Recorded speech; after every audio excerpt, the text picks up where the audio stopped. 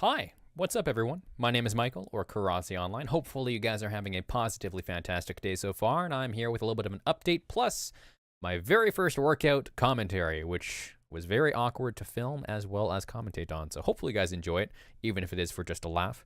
If you guys would actually like to skip my update on my channel and just my IRL stuff, feel free to just jump to this timestamp, and you can go right into the workout. It is a leg day workout. It was because I am on a PPL schedule. What you need to realize, though, is this is me coming back after a very long break from the gym. This is my first leg day back from the gym in like 7 to 8 months. So very, very lightweight.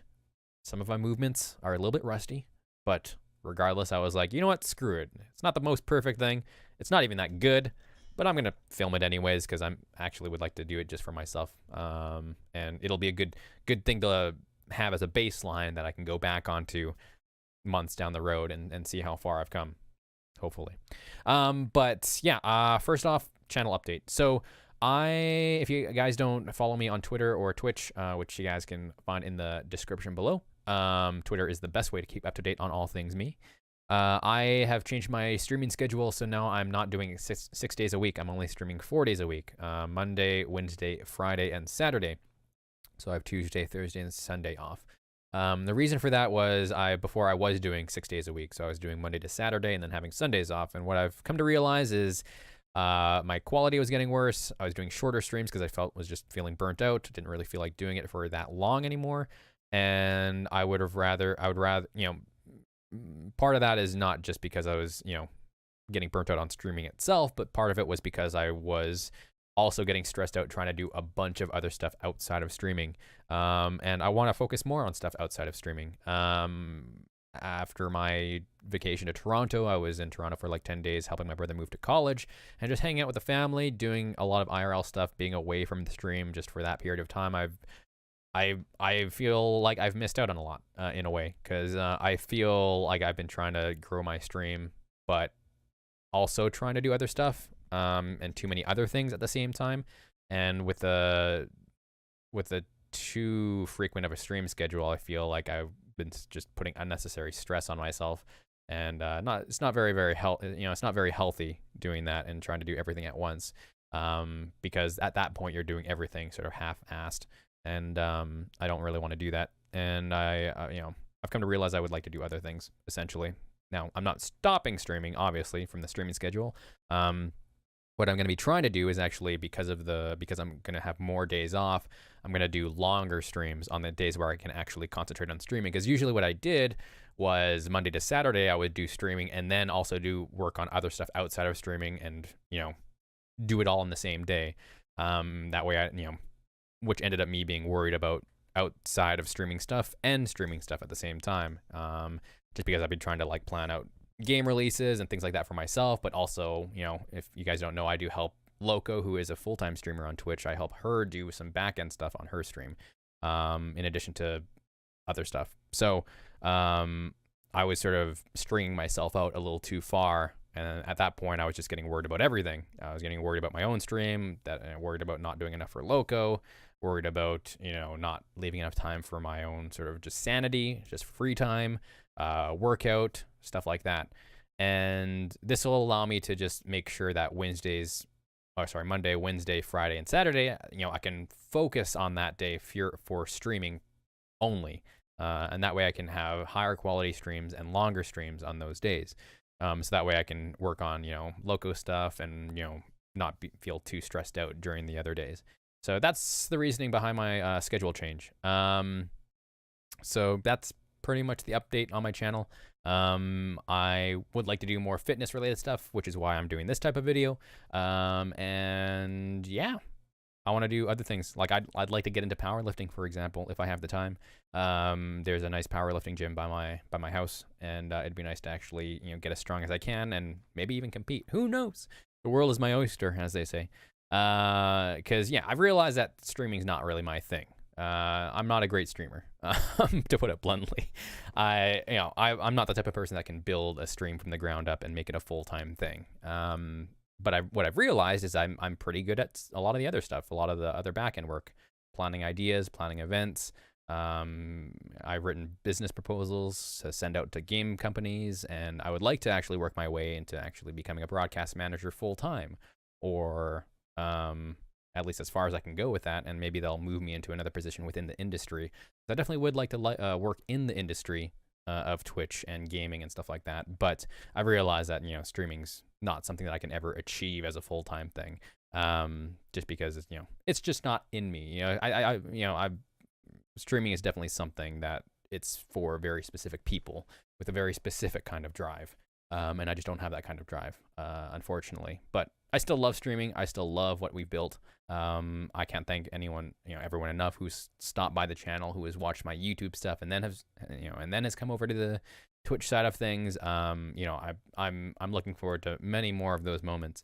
But I don't want to try and attain something that I know that is just not possible for me to do. But that's pretty much where I'm at in terms of my channel. Right now, we're in the middle of Yakuza Kiwami 2 on Twitch, so if you guys are interested in that, I might actually upload that whole playthrough to YouTube because I'm loving it. We did 5 hours yesterday for our stream, and I'm looking forward to playing more tomorrow on Wednesday. So, yeah, other than that, hopefully you guys enjoy this workout video. Even if you think it was absolute crap, hopefully you got a good laugh out of it. Yeah, there'll be a actual proper outro to the video at the very end. So yeah, enjoy. All right, so welcome to the workout. This is like my 4th time recording this because it's quite awkward trying to record yourself about your workout. Props to all the fitness people who actually do it a lot better than I do. I've never done this before, so this is probably why it's awkward. Hopefully you guys enjoy it regardless. So yeah, pretty straightforward. Always start with a warm-up before your workout. Get everything flowing, all the blood flowing, get those joints lubricated. So I generally start with a 2 to 3 minute walk followed by a 7 to 8 minute jog. You can use anything from the elliptical to the Stairmaster, or if you just like walk to the gym as a 10 to 15 minute walk, that can be part of your workout. I like to start the workout with start the warm up with just something that gets the overall blood flowing throughout the whole body. After that, I'll move into a workout that I found a warm up that I found on YouTube from Calgary Barbell's YouTube channel. Definitely highly recommend them if you're into powerlifting or want to improve anything on your compound lifts. So this one's mainly geared towards leg day, but obviously you can use it for a bunch of different stuff. I like to use it for every workout, actually, just because I like a lot of the movements in the warm-up, and it gets me really, really prepared for whatever I'm doing for that day. I will add some movements to my warm-up if I feel like I need to, but otherwise, this is sort of just my general go-to. Cossack squats, pretty straightforward. It's a little bit more of an advanced movement, so don't try to worry about going as deep as I'm going here. I've been doing these a long time. I can go pretty much ass to grass. Really, the whole goal is just to go as deep as you can. After that, we go to the ground for some rotational movement. This is a great stretch for the pecs, as well as you do get some nice movement in the lower back. This is actually a really, really good therapeutic movement for people who have lower back issues. I actually used to do this one a lot just at home, just to sort of get some back relief. So I'll typically hold it for 10 seconds or so, and then just sort of do 5 slow reps, and then I'll do it on both sides, depending on how stiff I am or how much, how I'm feeling. Sometimes I'll run through it more than once, and that goes for a lot of these movements. Sometimes if I feel like I need to, I'll maybe do an extra set or something like that, or maybe I'll hold it a little bit longer. The biggest thing about warm-ups is it's very, very subjective. It's very, very personal because everyone's different. And the whole goal of a warm-up is in the name. You should feel warm by the end of a warm-up, and you should just feel psychologically and physically prepared for whatever you're doing for that day. You should even have a light sweat going on. So a warm-up isn't simply just sort of a simple jog on the treadmill and you're good to go. A warm-up should be a lot of different things, and you really should, you should be sweating a little bit. Like, you don't need to be pouring sweat, and you don't want to be feeling fatigued, but you should be warm all over. Joints should be feeling good, and you should be having a light sweat going on by the end of a warm-up. After that, go into a cat-cow stretch. Anyone who's into yoga should be pretty familiar with this movement. The biggest thing is to not overarch your neck too much. You don't need to be looking up at the sky when you're doing the cow portion of the stretch, which is when your stomach drops down to the ground. you really just want to be looking straight ahead of you at the wall at the end of that. For the cat portion of the movement, you want to be trying to engage your abs and sucking your belly button into your spine. It's pretty much that. And you don't want to be tucking your chin in too much when you're doing the cat portion of that stretch. After that, we're doing the bird dog stretch. A lot of animals in this warm-up. Bird dog stretch is great for just building a lot of stability throughout your whole body. It's really, really great for core stability. And another good one for the back, surprisingly. I don't really know why, but it just feels good overall. This one's actually a lot harder than it looks. It definitely might take some practice. So don't feel like you need to hold it for as long as I'm holding it. If you only can do it for just some quick reps, that's perfectly fine as well. The biggest thing is to try to make a straight line from your hand to your leg to the bottom of your foot. You want to try a nice even plane as well. You don't want to have your leg a lot higher than your body, for example. After that, pretty straightforward. Planks. Don't really need to explain planks too much. I think a lot of people have done planks before. Make sure you do all sides though. You don't need to do back planks. There are some people who, do put that into their workouts and stuff like that. Back planks, I think, are one of the lesser ways to do things though. Definitely do the front plank though and the side planks. Again, just a really, really good core stabilizer or core builder, I guess. Just because a squat, which is the movement we're starting with first for our actual workout, is very, very trunk centric. So you want to build a good trunk. You want to have a good core for that movement. Make sure you do all of that stuff. Leg swings, pretty straightforward. Again, all the stuff is pretty straightforward. You just got to look at what I'm doing. Biggest thing for leg swings, though, is you don't want to be kicking as hard as you can. So you can see it's a pretty gentle movement. It's really just getting the joints lubricated. That's pretty much the biggest thing for this, and getting a nice stretch in that groin area. You want to make sure you do all sides, front and back, both legs, side to side, both legs. And yeah, don't kick as hard as you can. Just really get a nice gentle movement in your sort of almost full range of motion without sort of trying to kick as hard as you can. Nice gentle swing. After that, we move into our actual main movement, which is a barbell squat for leg day. For each workout day, there's a big compound lift that I start with. So pull day, for example, is deadlift. Push day is bench press or overhead press. And then leg day, obviously, is barbell squats. So this is still part of the warm-up. This is how I warm up for the compound movement. This is, again, very subjective. Some people don't do an empty bar. Some people just go straight to their working weight. Whatever you feel like you're ready to do, I guess, is what you can start with. I personally like to do the empty bar, just gets me right into the movement.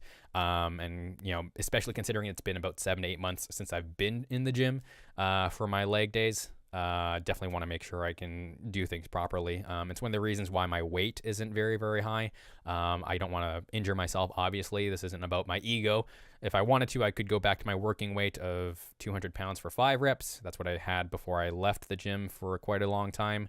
But that would probably have led to some injuries. So my working weight right now, especially with my back issues that I'm currently going through, I am only doing 135. For perspective, I weigh about 143 pounds here, which is like 65 kilograms. I'm pretty terrible with conversion, so hopefully I got that right. And yeah, that's pretty much that. You can sort of see, I don't really explain too much because you can see on the bottom left what I'm actually doing for my reps for the warm-ups.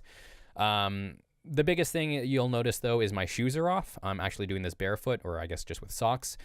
For squats and deadlifts, you don't want to be doing them in running shoes, which is what I have here, just because you will be a little bit more unstable. You really want to be trying to put that weight on your heels and pushing through the ground for a lot of those movements. So you want to make sure that you either have weightlifting shoes or flat shoes like Converse. Converses are really, really common among weightlifters for things like squats and deadlifts, just because they're very, very flat, and it's the equivalent of pretty much just going barefoot.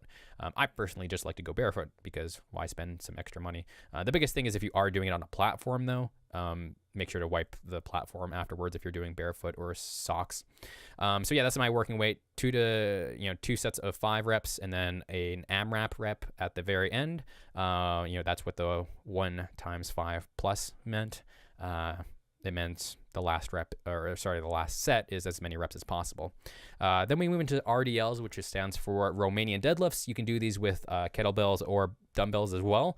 My movement here is pretty shit after being so long away from the gym. Apparently, I've forgotten how to do RDLs. This is like one of the first times I've seen this really clearly. Yeah. So Biggest thing here, one issue we want to avoid is what I'm doing is not engaging your lats enough, which means the bar is drifting a little bit too far away from my body, which can induce some injuries if you're using too much weight. Luckily, I'm doing pretty lightweight there. And another big thing is to make sure you're properly hinging at the hip. Really try to stick your butt out. You don't want to be sort of extending too much, but you do want to just hinge at the hip. That's the biggest thing about the RDL, is hinging at the hip.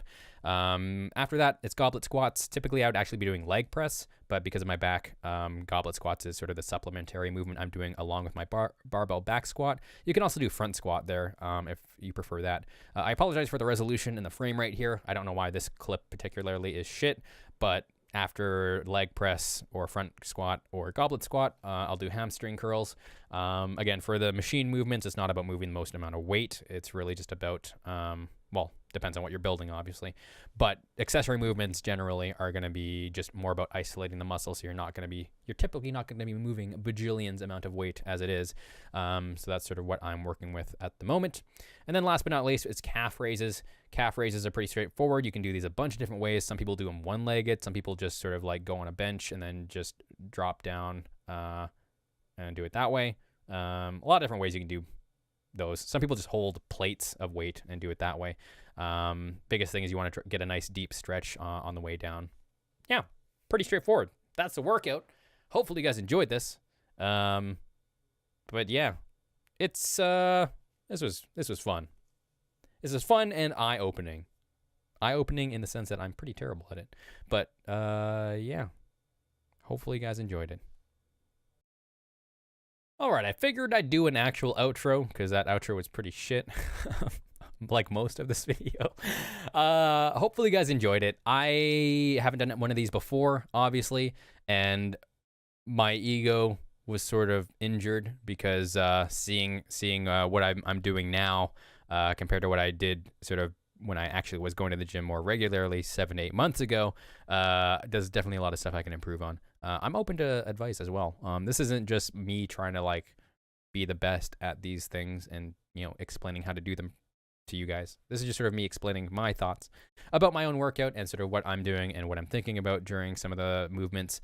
So hopefully you got something out of it, even if it's a good laugh. That's acceptable as well.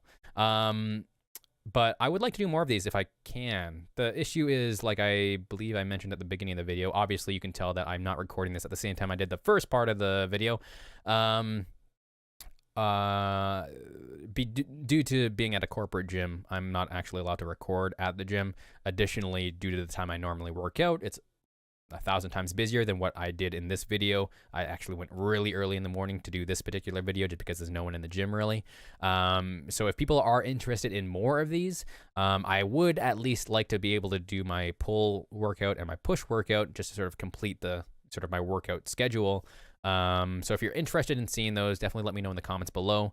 I would be happy to record those. I would be happy to sort of switch my workout time for at least a couple of days and do them really, really early in the morning or really, really late at night. So I have, you know, better chance to actually record stuff. Additionally, just because I don't have someone recording stuff for me and I don't have like a tripod, for example, I'm recording everything from the ground. So that makes it a little bit tough to see, you know, proper form and stuff like that. And a lot of the angles weren't exactly the greatest, but hopefully you guys got the gist of it. What else? That's pretty much it. Hopefully you guys enjoyed this video. Even if you guys don't want me to do like in-gym stuff, and you guys still want me to record like workouts and stuff, I'd be happy to do some like stuff outside. So like bodyweight fitness stuff or like HIIT workouts, like sprints. I'd be happy to do those as well because I do love doing those. But it'll be nice to do some of these in the future as well because yeah, this is my first big workout leg day after being gone for 7-8 months from the gym. So it'll be nice to sort of see the progression. So this is mostly for me as well, to sort of have a like video diary, I guess, of sort of where I started. Obviously before that I was working out a lot more. But I'm considering this actually starting working out again just because of a break that long. I have to sort of work my way back up to a lot of my working weight that I typically would have done a long time ago. So yeah, that's it, guys. That's my leg day. I will occasionally switch things up during my leg day. I'm not like trying to become a bodybuilder or like sort of be a power lifter or Olympic weightlifter or anything like that. So I do workouts a lot. I'm pretty flexible a lot of the time. Like I'll usually add some movements or switch up some movements depending on how I'm feeling that particular day. So I'll still do like some related movements. So like for example, on that workout that I showed you, typically where I would have done leg press or front squat, I would have done, I did goblet squat instead. So things like that I'll do pretty often if I'm not feeling great that day, or if I would like to do something a little bit different, because really the whole idea is just being in the gym and lifting weights. If you're not looking for a super specific goal, you don't have to worry too much about just being like 100% on whatever that workout says you should be on. Obviously you can, but workouts are very personal, and just do whatever works best for you, and this works out best for me. So yeah, hopefully you guys enjoyed the video. Have a good one, and maybe I'll see you in another one. I don't know. We'll see.